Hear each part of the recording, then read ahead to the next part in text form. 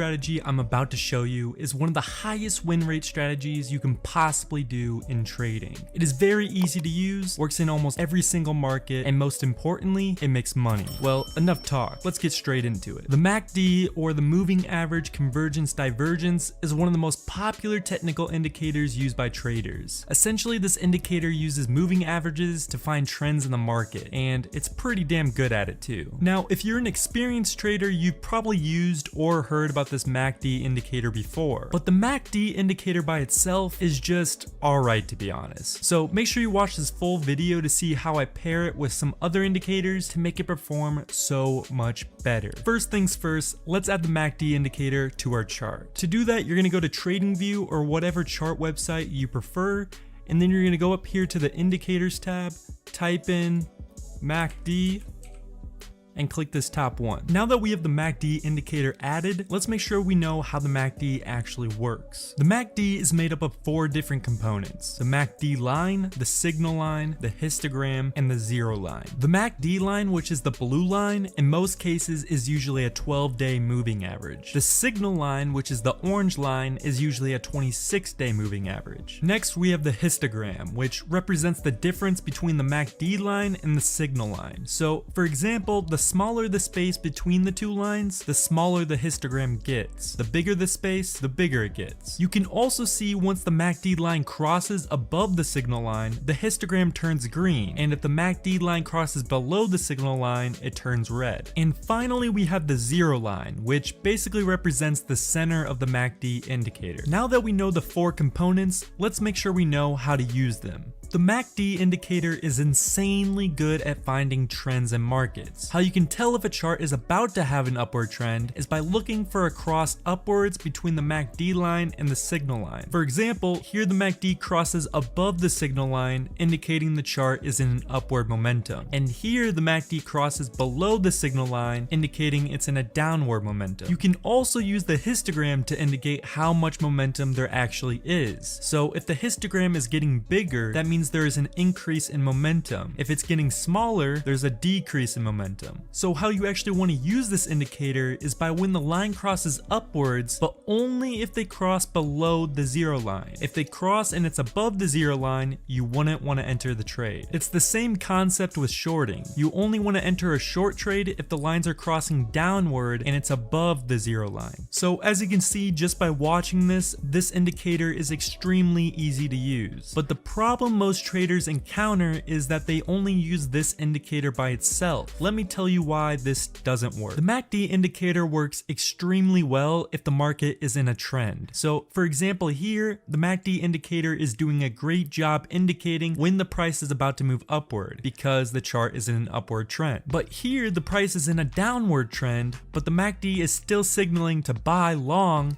even though the price is going down. A simple fix to this issue, for example, if we're trading long, we only want to trade if the market is in an uptrend. You never want to trade against the trend because the odds will always be against you. So an easy way to figure out if the market is in an uptrend, you simply just need to add a 200-day moving average. To do this, you're going to go to the Indicators tab on TradingView and type in EMA, which stands for Exponential Moving Average or Moving Average Exponential. Click the top one. Then you're going to go here, click the settings of the EMA, and you're going to go to Inputs and change the length to 200, which is going to make it a 200 exponential moving average.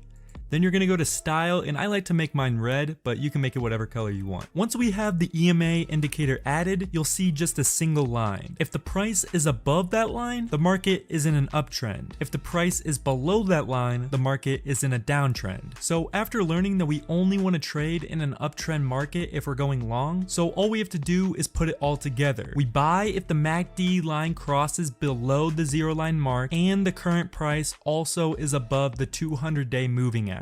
This will guarantee that you are only trading when the market is in an uptrend, which is a very powerful combo. If you wanted to short, you would do the exact opposite. So make sure the price is below the 200-day moving average and the MACD lines are crossing downward above the zero line. So as an example, we would want to enter a long trade right here because the MACD lines are crossing upwards below the zero line and the current price is above the 200-day moving average. Now what I like to do is set a stop loss below below the 200-day moving average. So the 200-day almost acts as a wall that the price has to break through to hit the stop loss. Then I like to have a 1.5 profit ratio for my profit target mark. So as you can see for this example, the strategy worked exactly as we wanted it to, and we made money. But we can still make this trading strategy even better. This MACD strategy combined with a 200-day moving average works extremely well only if there's a lot of price movement. Where the strategy starts to get kind of iffy and giving false signals is when the chart starts going sideways and losing momentum. So as you can see here, the chart is moving sideways and lost almost all of its upward momentum, and the MACD is giving lots of false signals. If you traded here, odds are you probably lost money. To fix this issue, we have to combine the MACD with price action. To do this, identify a key support or resistance where the price hits and bounces. So as you can see, the price goes down, hits this point, and reverses upwards. The next step is to wait for that price to hit the same key level again, and once it does, we are expecting the price to bounce off the support and go upwards just like it did before. But as a clear side note, just because we made this support and it bounced off this before doesn't mean that it'll always do it again. It can easily break through the support and drop lower if it has enough momentum. If we want to make sure the price is about to change in momentum, that's when we bring out the MACD indicator. So what you would do is make sure the price is above the 200-day moving average. Once the price hits the support made, wait for the lines on the MACD to cross below the 0 level, and that's when you enter the trade. I just revealed to you how the MACD 200-day moving average and using support and resistance levels gives an extremely high win rate with this strategy. All I ask in return is if you can take 2 seconds of your time and like this video. If you want to stay up to date with my future strategies, make sure to subscribe, because in my next video I'm planning to release a strategy that works even better than this MACD strategy. Hope you guys all learned something